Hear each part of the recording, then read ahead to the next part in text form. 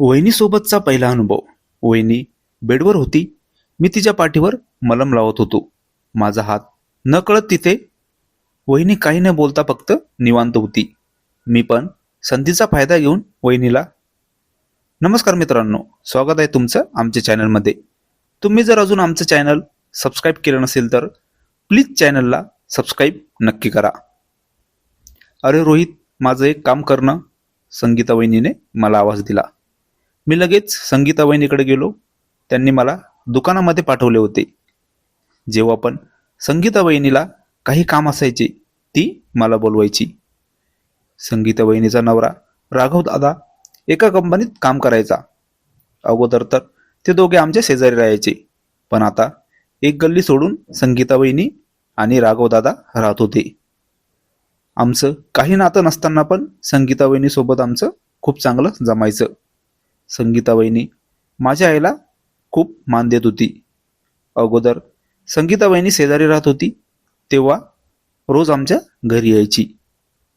आता थोडं दूर राहत असल्याने कधी कधी आमच्या घरी येत असे, पण तिला काहीही काम असले तर ती मलाच बोलवायची.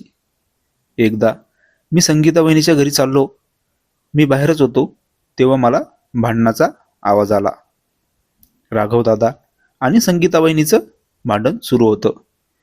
त्यांचं भांडण एवढं वाढलं की राघव दादांनी संगीता वहिनीला मारायला सुरुवात केली. मी बाहेरून सर्व बघत होतो. नंतर राघव दादा बाहेर गेला.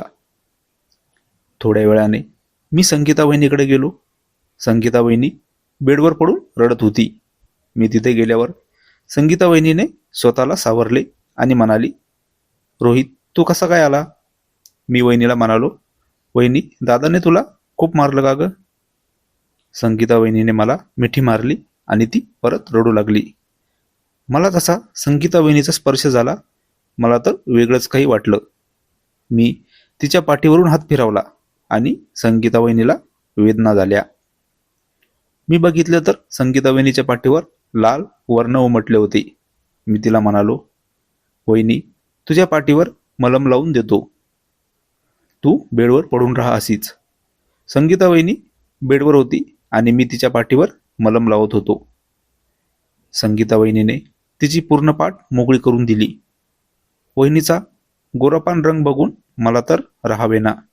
मी मलम लावायचा बहाणा करून हात नको तिथे संगीता वहिनीच्या पाठीवरून नाही तर पूर्ण अंगावरून माझा हात. संगीता वहिनी पण गुपचूप पडून होती. मी तिला म्हणालो, वहिनी, मला दादाचा खूप राग येतो. वहिनी म्हणाली, का रे? मी वहिनीला म्हणालो, एवढी गोरीपान बायको असून त्याला कदर नाही बायकोची.